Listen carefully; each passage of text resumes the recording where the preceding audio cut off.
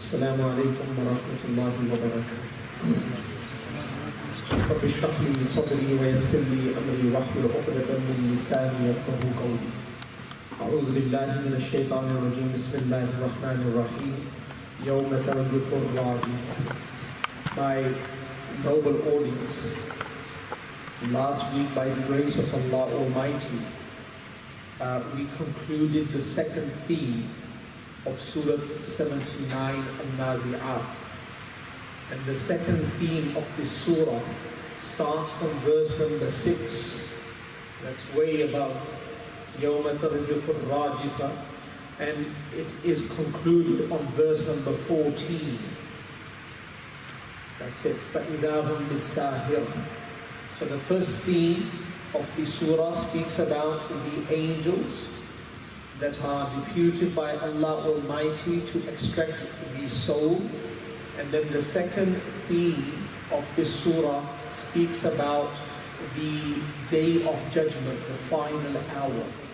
And I may mention that tonight we will try to encapsulate the message that has been covered in Surah Naziath. Because the theme from verse number 15 onwards is very, very different than the theme that has been discussed in the previous verses.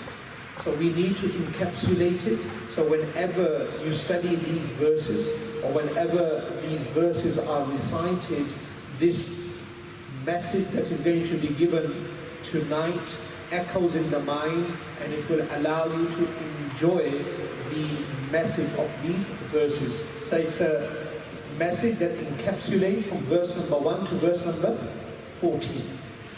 Alright. Basically, it is our understanding. So when we study the Quran from cover to cover, what we understand is that this dunya, this world in which we are, is an imtihan dar. Meaning it is a place where we are tested. This place where we are right now is a theater in which we are tested. And the greatest test is that we do not get caught up in the deceptive nature of this theater. Allah Almighty in Surah Ali Imran, Surah number 3, verse number 185, Allah Almighty says, وَمَا الْحَيَاةُ الدُّنْيَا إِلَّا مَتَاعُ الْغُرُورِ. That the life of this dunya is nothing but enjoyment of deception. It is amusement, it is enjoyment, but the amusement, the enjoyment is all adorned with deception. Because there is something that is very bitter on the other side if we do not understand the reality of this world. So this statement has been made in the glorious Quran. So if we look at this world, it's an illusion. It's an optical illusion.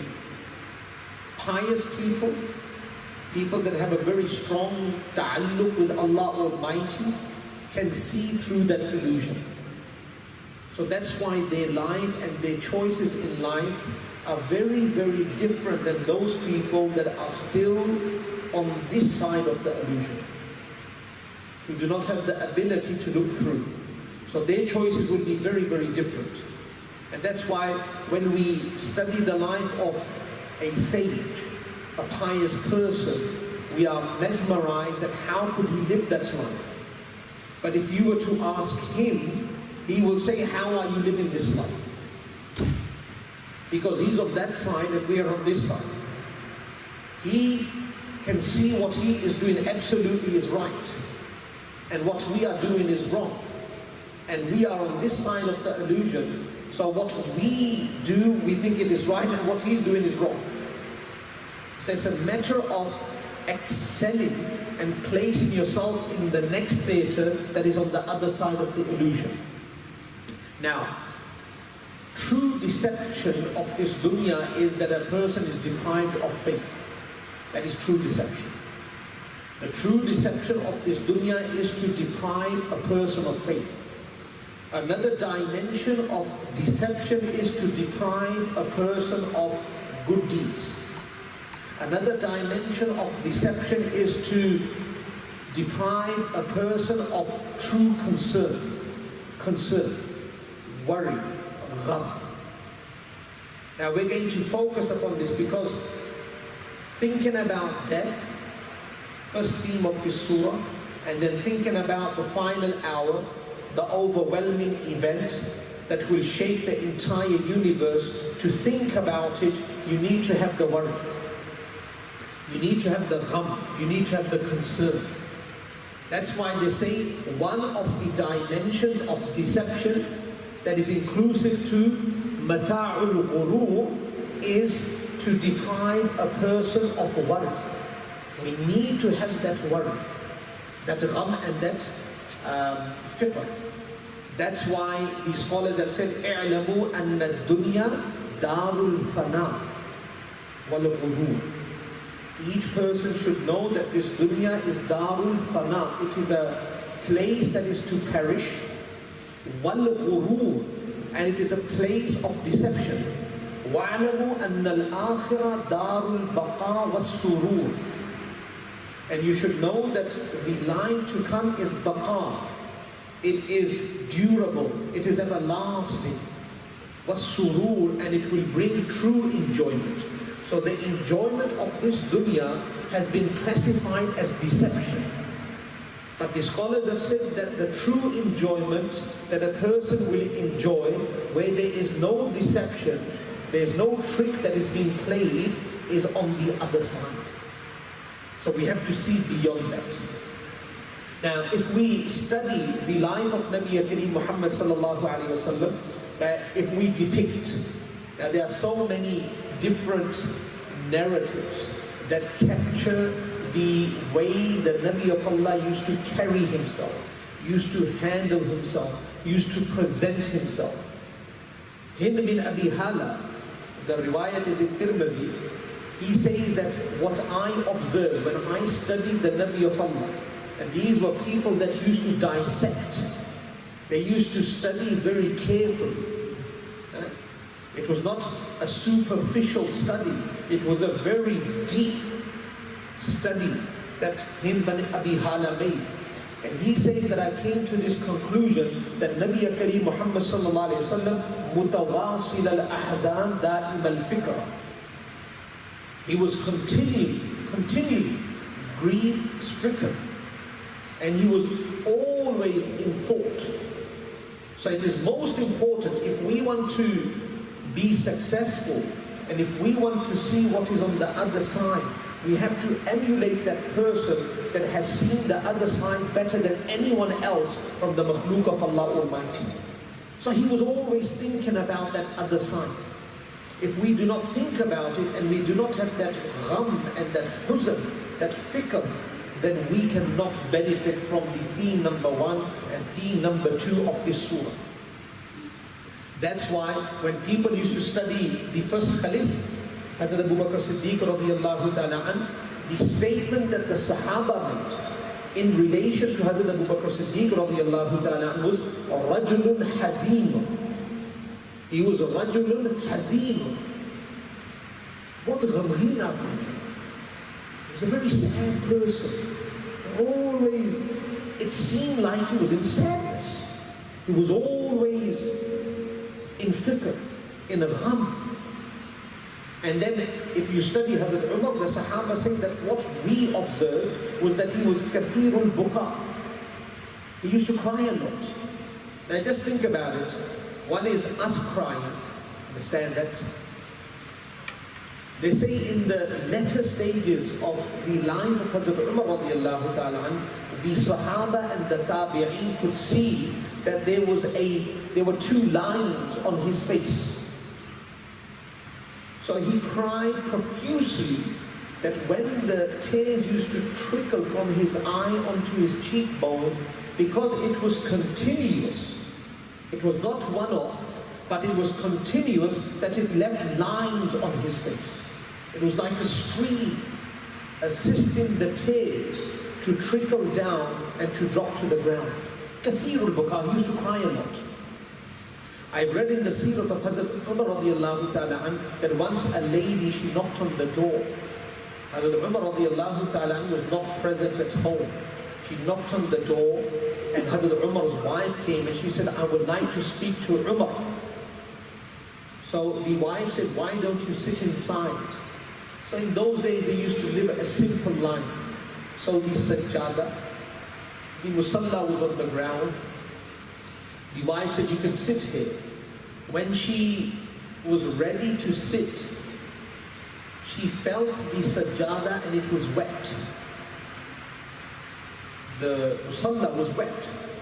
So she thought that perhaps, maybe, a child has urinated. So she remained standing. After a few moments, the wife returned and she said, why don't you sit? She said that the place is impure. The wife said, this is not impure. These are the tears of Hazrat Umar radiallahu anhu. Kathirul buka. He used to cry so much. This crying was because of understanding this, the theme. That he understood what death was about. He understood what the final hour is about. He understood what was on the other side of this optical illusion and what is on this side. What is on this side. Hazrat Ali radiallahu ta'ala used to say, Ya Safara, Ya Bayda, Ghurri Ghayri. Very strong. Ya Safara, Ya Bayda, Ghurri Ghayri. That gold coins and silver coins. And I'm going to make my own translation. Go somewhere else and cast your spell. Go somewhere else and cast your spell. Don't cast your spell upon me. Always alert, on their toes, mindful of what was the deception. Because Safara, Bayda was a deception. And he said, don't come and deceive me. Go and cast your spell somewhere else. I have understood. I can see on the other side. All right. So, what we have understood from this small, short presentation is that we need to have a gham. We need to have a burning desire inside to succeed. We need to have that continuous fikr, worry and concern. It is just like, very simple, if you knew that in 1 or 2 weeks you are going to be tested, and the result of this test is going to determine your direction in life. You knew that this test and the result of this test is going to determine the direction of your life. For that 1 or 2 weeks, you give up everything. Your friends will come and say, let's play soccer, and you will say, no, it's not time for soccer. I can't play soccer. Many a time students will only eat once. They will sacrifice 2 meals because they know that the ikhtibar, the test, is around the corner. So we have to treat this dunya as a place where we are being tested. Minimize our efforts for this dunya and maximize your effort for what is on the other side of the illusion. This is the gham, this is the fikr that we have to develop. Now, Hazrat Usman Ghani radiyallahu ta'ala anhu. Now you can write this down and then we're going to elaborate upon this. Hazrat Usman Ghani radiyallahu ta'ala anhu, in relation to all what I have said, has come up with this. He said that a person has to have 6 ghams, 6 kind of sorrows, to really be able to look through the illusion, to safeguard himself from the deception, to succeed on the other side. Number 1. First of all, family. Our family. I'm just going to point them out, and then of course we're going to shed light upon each one of them. So first, family should not take us away and allow us to drift away from the remembrance of Allah. This is the first deception.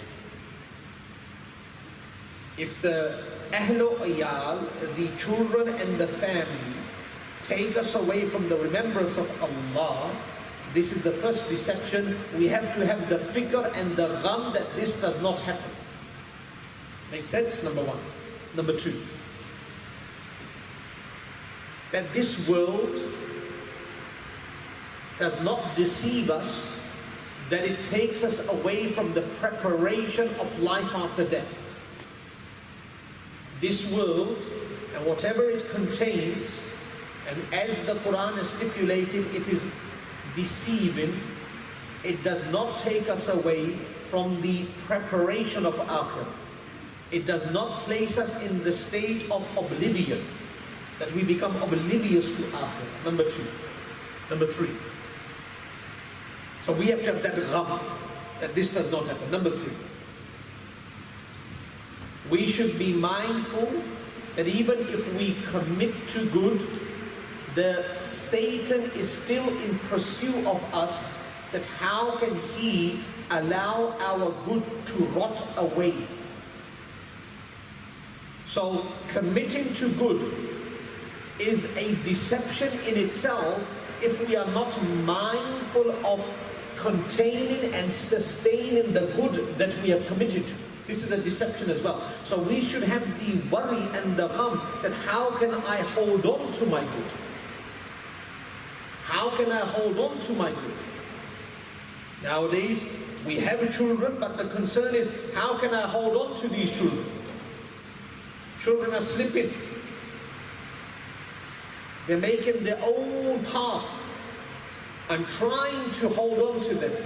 As we have the gham and the concern about our children, about our wife, the same gham should be displayed with a higher level of intensity pertaining to our good deeds, that our good deeds remain in our account on the other side. This is the gham. Number four. The noble scribes, kiraman katibin, the noble writers, scribes, we should have the gham that they are not writing evil in our account. We're going to shed light upon each point. We should have the concern and the gham that the kiraman katibin, the noble writers, are not writing bad, evil in your and my book of deed. Number five. We should have the concern and the gham that I do not die, meaning that the angel of death does not knock on the door to extract my soul from my body, and I am in the state of negligence, in the state of ghafl. I should be very worried that this does not happen. Number six, and this is the, I think, the pinnacle of gham, the last one. I should be very, very concerned that I don't say anything, don't do anything that attracts the ghadab of Allah Almighty, and then the unseen system works in such a way that at the time of death I am deprived of faith. That gham, I should have that gham. Understand? These are the 6 points. Now we're going to shed light upon them. We're going to shed light upon these 6 points. And this will encapsulate all the themes in the Quran speaking about life after death, and all those themes and verses that are speaking about death directly. So the first one was what? What was the first point? Family. We should be very, very mindful. We should have that gham, that sorrow, that sadness inside, that my wife, my children, my husband do not become the means of me not remembering Allah Almighty. Now Allah has spoken about this aspect explicitly in the glorious Quran. In Surah Munafiqun, Surah 63, this is the surah after Surah Jumu'ah, verse number 9, Allah Almighty says, Ya ayyuhalladhina amanu la tulhikum amwalukum wala awladukum an dhikrillah. Explicit. There's no ambiguity, no confusion in this. That, O believers, la tulhikum. Tulhikum means destruction. But the translation in the ayah is, O believers, do not allow your wife, meaning your spouses, and your possessions to divert you. Tulhikum in this ayah means diversion. Do not allow amwalukum, your possessions, wa awladukum, and your family, your children, to divert you an dhikrillah, from the remembrance of Allah Almighty. وَمَن يَفْعَلْ ذَلِكَ فَأُولَٰئِكَ هُمُ الْخَاسِرُونَ. If your possessions and your children, your family, get the better of you, and you are diverted from the remembrance of Allah Almighty, the label, the divine label that has been given to you is khasirun, you are a loser. So this is in Surah Munafiqun, Surah 63, verse number 9. Now, what does this mean? I'll give you one example, one or two examples, and then you can apply, you can understand by the example, and then you can apply this ayah in many, many different occasions in your own life. In your own life. Many a times, people pass away. A person passes away in our family. So now there is a clear understanding of how we present condolence, what should be done when a person passes away. There are clear instructions. Likewise, when two people are coming together, nikah, there are clear instructions in Islam, this is what should be done. True. Now many a times when you speak to the men who are organizing the marriage, funding the marriage, spending upon the marriage, and you say that, look, why are you doing this? Why? You know it is wrong. According to the instructions that are pretty clear, these practices are not compatible. So why are you doing this? So what do we say at that moment? Bibi ka. Wife says this.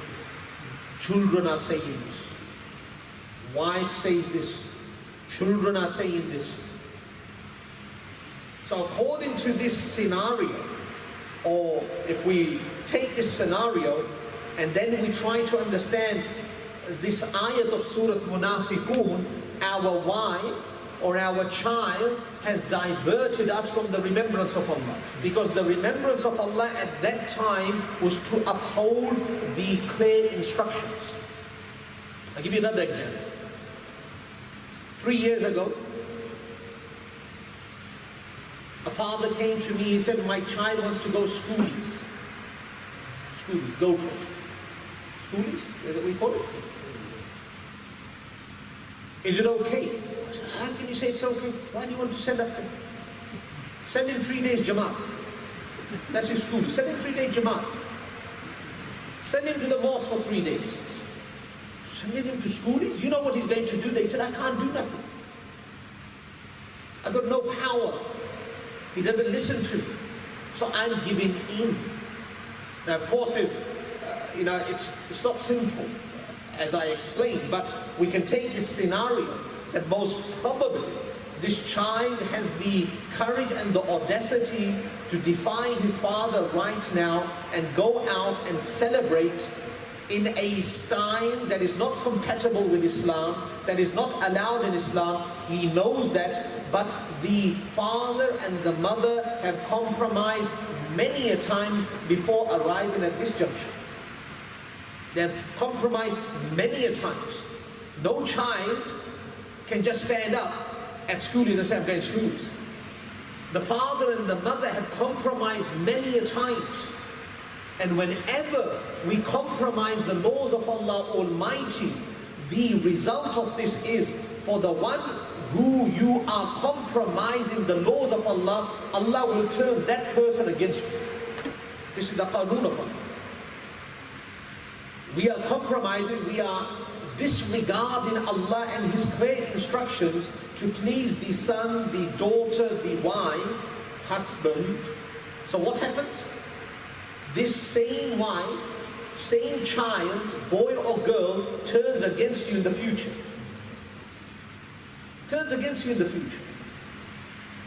Just a few days ago, we've got many problems in our community. And I'll give you an example of our community. A sister rang me, very young. She comes and she rings and she says, Imam Sahab, I'm in a spot of hope. I said, how can I help you? Very young, very new to the country. She said, my husband does not want me to wear the hijab. So the lady wants to cover herself. Husband says, I don't want you to cover yourself. So take it off. Now she is asking me, what should I do? What should I do? So on one hand, if I say, keep your hijab, that is the order and is the correct ruling, there's a probability this girl will be divorced. Because that's what I said, I don't want you, you're going to be divorced. Second is she takes off the hijab, that is the wrong decision, but she pleases the husband. So I gave her the same talk that I'm giving to you. I said, Allah Almighty has said that you can't allow your spouse, your family, the loved ones to divert you from the remembrance of Allah. Yes, it seems like a black hole. It seems like a dead end. That if I do take off my hijab, my husband will divorce me. But who is greater than your husband? It is Allah who's watching. And He is watching the commitment, the dedication. Allah will reward you with something better. She took the advice. She's back in her home country. He sent her back. I said, do you have the Imam to cope with the circumstances that may emerge? That's something else. She said, I have the Imam. I said, go ahead then. If you have the Imam, Allah will test you 1-2 months, and then you will see everything will work for you. A very famous story in Pakistan that I would like to share with you, and it's all under this. Two people engaged. But you have to have the Imam. You have to have that Imam. If you don't have the Imam, there's going to be testing after that, and you may collapse. So you need that Imam. So there was a boy and a girl. Parents came together, they put them together, they said they're going to get married. Fine. This boy, by the grace of Allah Almighty, started to practice the religion, and he grew a bit.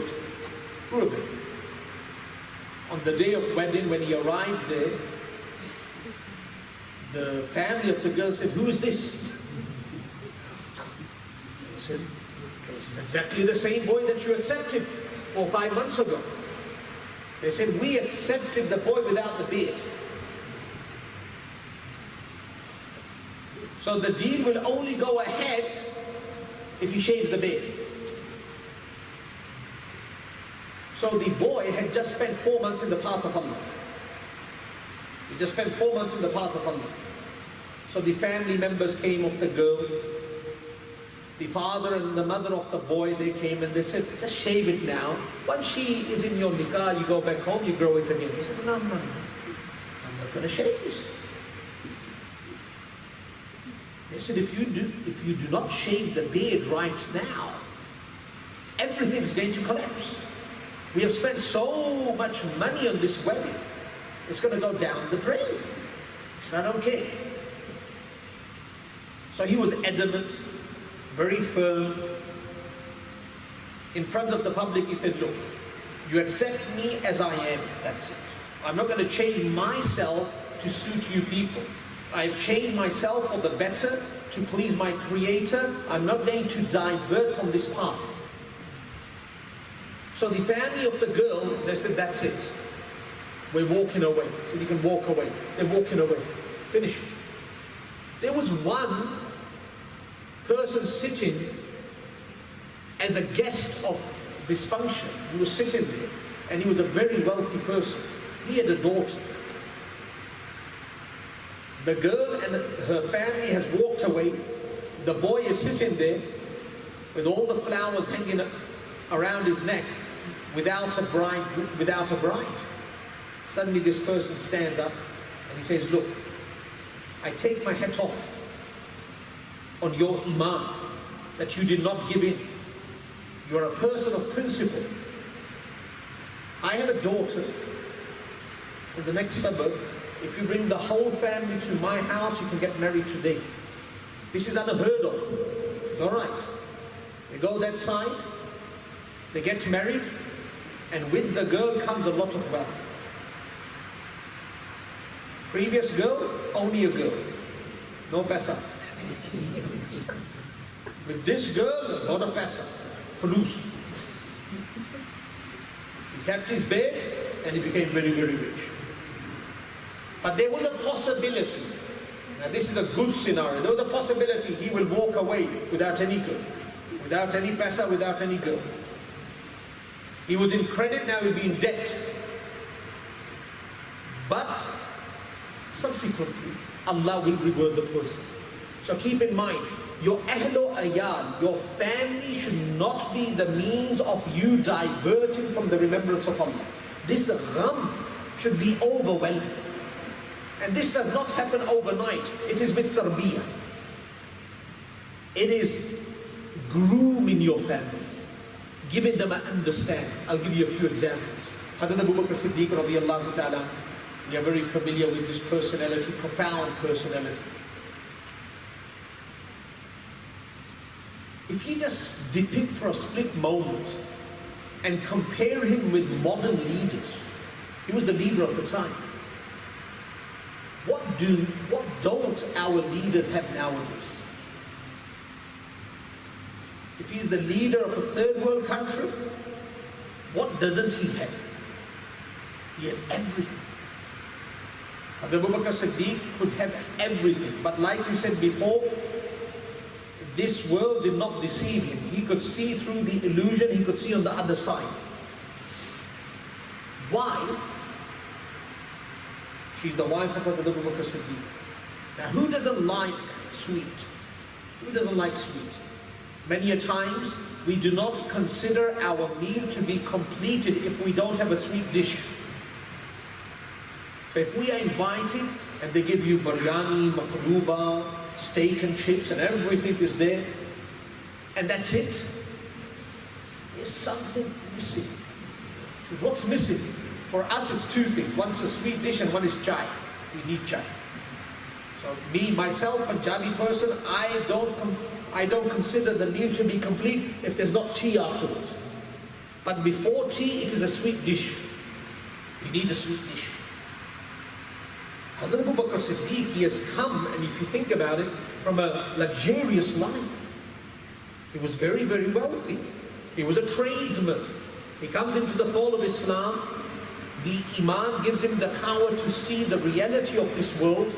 Now he has been given the burden and the pressure to govern the entire Muslim world and set an example that will remain alive and active till the day of judgment and will echo in the entire world, and the echo will be heard by every single person.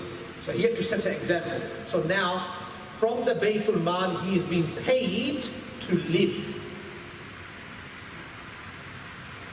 So from the wages that are being given to him, allotted to him, he can only place a meal on the table. And when I say a meal, nothing before it, nothing after it. So I've seen a few South Africans, Gujarati people, they have this sweet dish before the meal. They have that yellow, I can say halwa, before the meal. Very nice, something different. Then they have the meal, and then after that we have fruits again. Hazrat Abu Bakr Siddiq, working for the Ummah, is paid so much that he only has a meal, nothing before it, nothing after it, no chai, nothing. Wife at home, she wants to cook something for the husband, and she wants to cook the sweet dish that will come after the meal. So after many, many days, one day Hazrat Abu Bakr Siddiq comes home, he's sitting there ready to eat, and after completing the meal, sweet dish follows. He looks at his wife and he says, where does this sweet dish come from? This is not a part of our meal. Where does this sweet dish come from? She says that he is the ruler. For the last many, many days, I have been saving bit by bit, and today I had enough to make a sweet dish in addition to the meal. Hazrat Abu Bakr Siddiq ate the sweet dish. This is not mentioned, he ate it. He didn't want to break the heart of the wife. Very, very important. He didn't want to break the heart of the wife. He ate it, and then he said that, how much did you save? I saved a penny a day. That should be reduced from my salary because I'm being paid too much. Now, let me tell you something here. I want to pause here for a split moment. Very important. This is a current issue. Allah give me the words to explain it. It's problematic in our communities. People who have mighty iman, what they are practicing, they want everyone to practice that. It is wrong. I'll give you an example. Scholars in the world have spoken about chicken being slaughtered by the chain. So nowadays we know that many chickens in the world are not being slaughtered with the hand, sacrificed, but they are slaughtered by the machine. Scholars have endorsed this procedure and have said that if the conditions are met, this chicken will be halal. Chicken will be halal. Many people don't want to accept it. Many people don't accept it. They say, no, we still are searching for chicken that is slaughtered with the hand. Good, you can do that. But don't enforce that ruling on the public. Don't enforce that ruling on the public.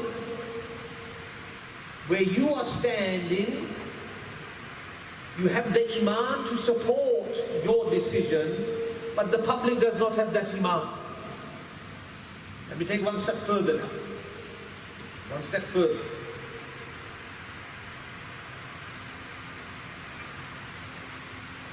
In the last 1 or 2 weeks, on social media, you could see this everywhere. If a person says Merry Christmas, he's a kafir. He says Merry Christmas, he's a kafir. Because by saying Merry Christmas, you're endorsing the event that is not compatible with the tenets of Islam. Now, to give that ruling, fine, but what is the impact of that? How many people, now most of these scholars that give this ruling, they are living in Muslim countries. They don't understand the dynamics of this. And they don't understand the impact of this. Now let me take you on a ride, on a journey. How many people in the West say Merry Christmas, Muslims? By saying this, they all become kafir. When they become kafir, the nikah is broken. But that's the West. There's not many people living, Muslims living in the West. Let's go to India. There's a celebration there known as Diwali. 90% of the Muslims say Happy Diwali. All those Muslims become kafir according to this rule. All those Muslims become kafir. Their nikah is broken. Statement is very easy, that if a person says Merry Christmas, he becomes a kafir. What is the impact of this? This is where hikmat comes. I'm not compromising the principles. I'm going to give you an example in a minute. Then we're going to come back to what I said. And remember what I said. We started from what? The halwa. That Hazrat Abu Bakr Siddiq's wife made. Cigarettes. Cigarettes. If you look at the dalail and the evidence pertaining to cigarette being haram, they are very, very strong. Cigarettes. Think about it. It is damaging your health. It is waste of money. It is bad breath. There's nothing good about it. So if you look at all the dalail, I'm talking about evidence, evidence supports that it should be haram. Now let's say we say it is haram. 5 minutes later. Let's say we say it is haram. We have to cover 6 points. We haven't even started with the first one. Let's say we say cigarettes is haram. What is the impact of this? Do you think people that are smoking, they're going to give it up? So that means you push all the smokers of the Muslim world into haram. What does a mufti do? Mufti that has been groomed, that understands the impact, he tries to find leniency from the Islamic rulings in the parameters set by the Nabi of Allah and give a ruling that accommodates. Now think about it. If we say one person says Merry Christmas, I'm not endorsing saying Merry Christmas. I'm not saying we should. I'm not talking about that. I'm talking about a person saying Merry Christmas and then the ruling is he becomes a kafir. I'm talking about making him a kafir. The ruling is that if one person, this is the tent of Islam, this is not my ruling, this is the principle, and try to understand the principles. This is the Islamic tent and there's a person standing outside. He wants to come into the Islamic tent. The ruling is that if there are 99 possibilities that he is a Muslim, but there's one possibility that he's still a non-Muslim, because of this 1%, he cannot come into the fold of Islam. Understood? 1% doubt, he can't come into the fold of Islam. He has to enter into Islam in totality without any doubt. And if one person is in the fold of Islam, there are 99 possibilities that he has given up, denounced Islam, but there's one possibility that he's still a Muslim, you can't throw him out.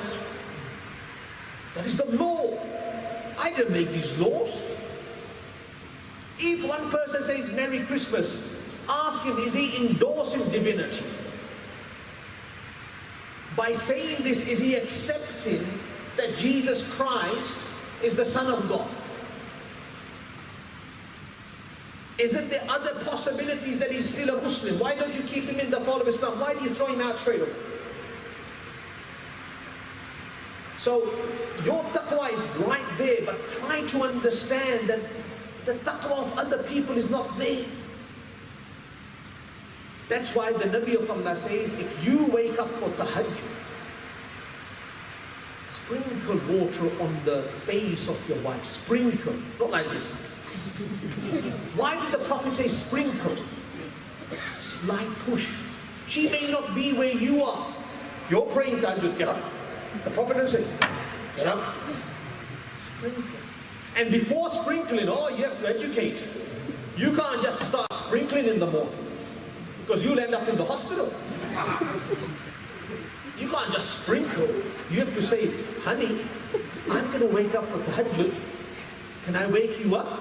Yes, I'm going to sprinkle water. Fine. You don't tell her, you just start to sprinkle. You're in big, big trouble.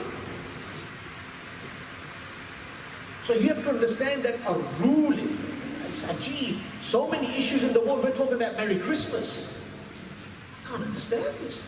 What has happened to the Muslims? What has happened to the Muslims? Social media covered with Merry Christmas. He's a Muslim, he's a kafir, you've got too much time. Don't throw people out of the fold of Islam. Yes, we can say this, it's not good to say this. That's something else, I'm not talking about it. But don't give the highest label, he's a kafir. No room then, he's right out.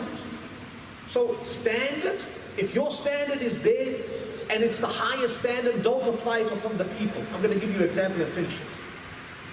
Remind me when we come back, because this is the last program, because I'm going for Umrah. We will start on the 10th of February. 10th of February. Hazrat Umar radiallahu ta'ala, he invited a Sahaba. He said, come, have lunch with me. So the Sahabi, he came after 10 minutes. He was 10 minutes late. I'm just taking it up. He was late.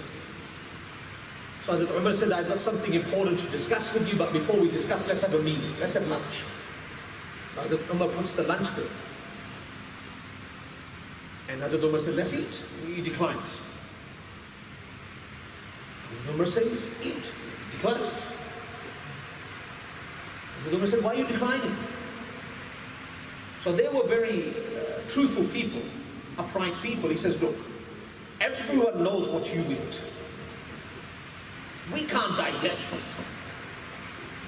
So before coming, I knew you were going to invite me for lunch. I had a meal. I can't eat this.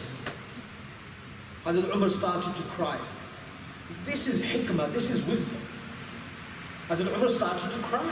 He raised his hands, he made dua. He said, Ya Allah, give the Muslims the best. Give them the best of this world, the best food. A meal before a meal and a meal after a meal, give them everything. A meal before the meal and a meal after the meal, give them everything. But Ya Allah, keep Umar on the sunnah of Abu Bakr and Muhammad sallallahu alaihi wasallam. Stand it for myself. But I don't apply that high standard upon people. You want to eat the chicken that is slaughtered with the hand, eat it, but don't call those that are eating the machine slaughter, chicken haram. Don't do that. Have some wisdom. This is the problem in the world. Where I stand, I think I'm the best. That's it. Everything else is wrong. Don't do that. You understand what I'm saying? So first thing is, do not allow, first point, we will cover the next 5 points in the time to come. Do not allow your children to divert you from the remembrance of Allah. وَمَنْ يَفْعَلْ ذَلِكَ فَأُولَٰئِكَ هُمُ الْخَاسِرُونَ. If your children and your family divert you from the remembrance of Allah, you are a loser. سبحانك اللهم وبحمدك أشهد أن لا إله إلا أنت أستغفرك وأتوب إليك. We'll make dua. As I made mention, this is our last program. So there'll be no program next week. Inshallah, the next program, if Allah wills, will be on the 10th of February. We will decide the time. Mawlana Akram, inshallah, will inform the people. We just make the dua. Alhamdulillah, Rabbil Alameen, wa la aqibatu lil muttaqin, wa salatu wa salamu ala rasulihil kareem. ربنا آتنا في الدنيا حسنة وفي الآخرة حسنة وقنا عذاب النار. ربنا ظلمنا أنفسنا وإن لم تغفر لنا وترحمنا لنكونن من الخاسرين. اللهم إنا نسألك العفو والعافية والمعافاة في الدين والدنيا والآخرة. اللهم إنا نسألك تمام العافية ودوام العافية والشكر على العافية. O Allah, most merciful, most compassionate, most kind, grant each one of us the best of both worlds. Ya Allah, grant us hayatan tayyibah. Ya Allah, make our future better than our past. Ya Allah, you are our hadi, guide us every step of our journey.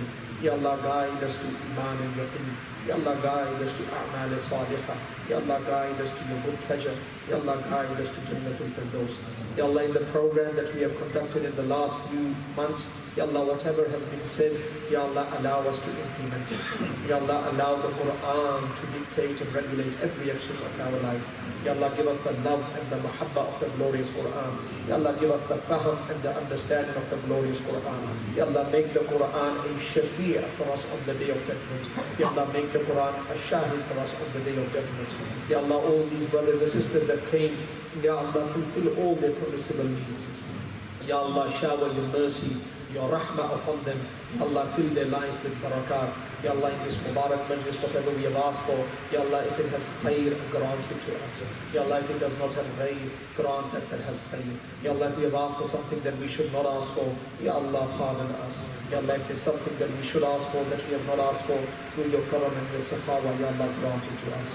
Ya Allah, accept all our supplications. Ya Halimu, Ya Alimu, Ya Aliyu, Ya Azim, istajib du'a'ana. واشف مرضانا ومرضى المسلمين وارحم موتانا يا غافر يا غفار يا غفور رحيم اغفر لنا ولوالدينا ولجميع مشايخنا ولجميع أحبابنا ولجميع المسلمين والمسلمات والمؤمنين والمؤمنات الأحياء منهم والأموات. سبحان ربك رب العزة عما يصفون وسلام على المرسلين والحمد لله رب العالمين. السلام عليكم.